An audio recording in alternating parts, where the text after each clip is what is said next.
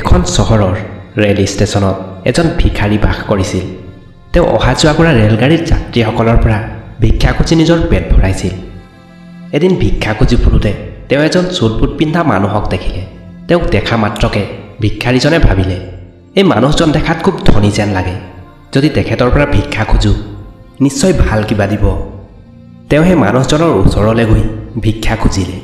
মানুহজনে হাঁহি ক'লে, তুমি কি সদায় খুজিয়ে থাকা? কেতিয়াও আনক কিবা দিয়া নাই? ভিক্ষাৰীজনে ক'লে, মইতো ভিক্ষাৰী, আনক কিবা দিবলৈ মোৰ আছে কি?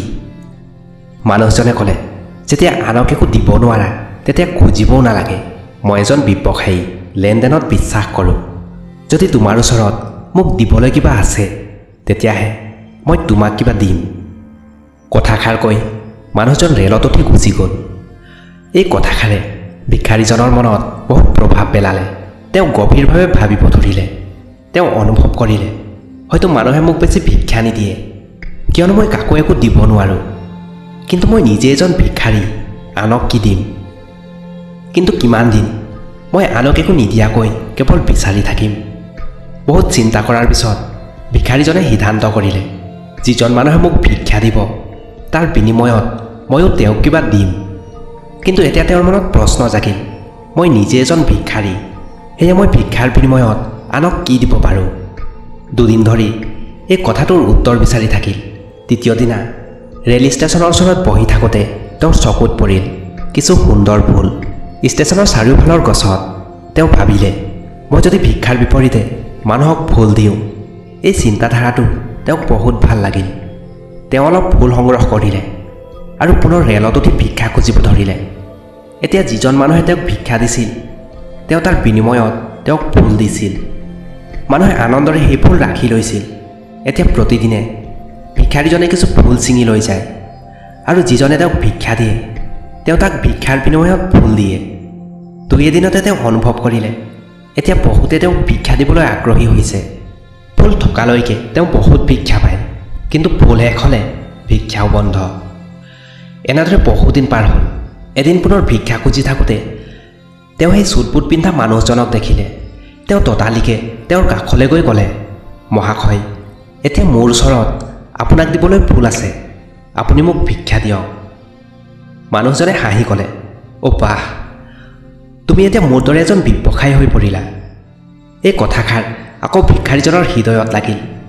তেওঁ ভাবিব ধৰিলে, মই ভিক্ষাৰী নহয়, মইতো এতিয়া ফুলৰ বিনিময়ত মূল্য লৈ আছোঁ। মই এজন ব্যৱসায়ী। তেওঁ উল্লাসিত হৈ ৰেলৰ পৰা নামি আকাশলৈ চাই চিঞৰি ক'লে, মই ভিক্ষাৰী নহয়, মই এজন ব্যৱসায়ী, ময়ো ধনী হ'ব পাৰোঁ। মানুহে ভাবিলে ভিক্ষাৰীজন হয়তো পাগল হৈছে। তাৰ পাছত তেওঁক আৰু দেখা নগ'ল। ছমাহ পাছত সেই ষ্টেচনত দুজন চুটবুট পিন্ধা ব্যক্তি যাত্ৰা কৰি আছিল। এজনে আনজনক ক'লে, আপুনি মোক চিনি পাইছেনে? দ্বিতীয়জনে ক'লে, নাই পোৱা, মোৰ মতে আমি প্ৰথমবাৰ লগ পাইছোঁ নেকি? প্ৰথমজনে ক'লে, নাই, মনত পেলাওক, আমি প্ৰথমবাৰ নহয়, দ্বিতীয়বাৰ লগ পাইছোঁ। দ্বিতীয়জনে ক'লে, মোৰ মনত নাই, যদিহে আমি আগতে দুবাৰ লগ পাইছোঁ তেন ক'ত আৰু কেতিয়া? প্ৰথমজনে হাঁহি ক'লে, আমি আগতে দুবাৰ এই ৰেলগাড়ীতে লগ পোৱা। মই সেই ভিক্ষাৰী যাক প্ৰথমবাৰ লগ পাওঁতে আপুনি কৈছিল যে জীৱনত কি কৰিব লাগে, আৰু দ্বিতীয়বাৰ কৈছিল যে মই আচলতে কোন। দ্বিতীয়জনে আচৰিত হৈ ক'লে, অহ, মনত পৰিল, তুমি সেই ভিক্ষাৰী যাক মই প্ৰথমবাৰ ভিক্ষা দিয়া নাছিলোঁ আৰু দ্বিতীয়বাৰ তোমাৰ পৰা ফুল কিনিছিলোঁ। কিন্তু আজি তুমি চুটবুট পিন্ধি ক'ত গৈ আছা আৰু এতিয়া কি কৰি আছা? প্ৰথমজনে ক'লে, হয়, মই সেই ভিক্ষাৰী, কিন্তু আজি মই ফুলৰ এক বৃহৎ ব্যৱসায়ী আৰু এই ব্যৱসায়ৰ কামতে মই আন চহৰলৈ গৈ আছোঁ। কিছু সময় ৰৈ তেওঁ ক'লে, আপুনি মোক প্ৰথমবাৰ লগ পাওঁতে প্ৰকৃতিৰ সেই নিয়মটো শিকাইছিল। তেতিয়াহে আমি কিবা পাওঁ যেতিয়া আমি কিবা দিওঁ। লেনদেনৰ এই নিয়মটো বাস্তৱত কাম কৰে, মই এইটো অনুভৱ কৰিছোঁ। কিন্তু মই সদায় নিজকে ভিক্ষাৰী বুলিয়ে ভাবি আছিলোঁ, তাৰ ওপৰত কেতিয়াও ভবাই নাছিলোঁ। আপোনাৰ লগত দ্বিতীয়বাৰ সাক্ষাতত মই বুজিলোঁ যে মই আচলতে ভিক্ষাৰী নহয়, ব্যৱসায়ী হৈ গৈছোঁ। তেওঁ পুনৰ ক'লে, মই বুজি পালোঁ, মানুহে মোক ভিক্ষা দিয়া নাছিল, ফুলৰ দাম দিছিল। সকলোৱে মোৰ পৰা ফুল কিনিছিল, কাৰণ এইদৰে সস্তাত আনৰ পৰা ফুল পোৱাটো সম্ভৱ নাছিল। মানুহৰ দৃষ্টিত মই এজন সৰু ব্যৱসায়ী আছিলোঁ, কিন্তু নিজৰ দৃষ্টিত মই ভিখাৰী আছিলোঁ।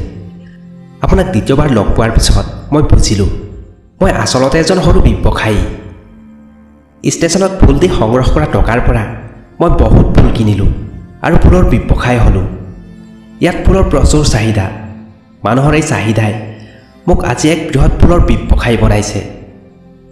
দুয়োজন ব্যৱসায়ী এনেদৰে আগবাঢ়িলে আৰু ষ্টেচনত লগত নামি নিজৰ নিজৰ ব্যৱসায়ৰ কথা পাতি আগুৱাই গ'ল। বন্ধুসকল, এই কাহিনীটোৰ পৰা আমি বহুত কথাই শিকিব পাৰোঁ। এই কাহিনীটোত চুটবুট পিন্ধা সেই ব্যৱসায়ীজন গিভ এণ্ড টেকৰ নিয়মটো বহুত ভালদৰে জানিছিল।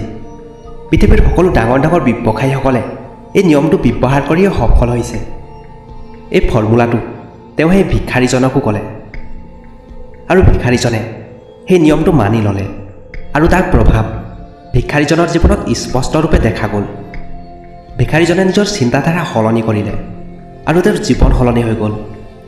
এই কাহিনীটোৱে আমাক এইটোৱে শিক্ষা দিয়ে যে যদি আমি নিজৰ চিন্তাধাৰা সলনি কৰোঁ তেতিয়া আমি যি বিচাৰোঁ পাব পাৰোঁ। যদি আমি নিজকে সদায় সৰু বুলি ভাবি থাকোঁ তেতিয়া সদায় সৰু হৈয়ে থাকি যাম। ডাঙৰ হ'বলৈ আমাক আমাৰ চিন্তাধাৰাটোক সলনি কৰিব লাগিব আৰু নিজৰ বিষয়ে ডাঙৰ চিন্তা কৰিব লাগিব। কাহিনীটোৰ সাৰাংশ এইটোৱে, সফলতা আপোনাৰ চিন্তাত লুকাই আছে। নিজৰ আত্মসন্মানক জাগ্ৰত কৰক, ডাঙৰ চিন্তা কৰক, চাব কেনেকৈ সফলতাৰ শীৰ্ষত উপনীত হ'ব।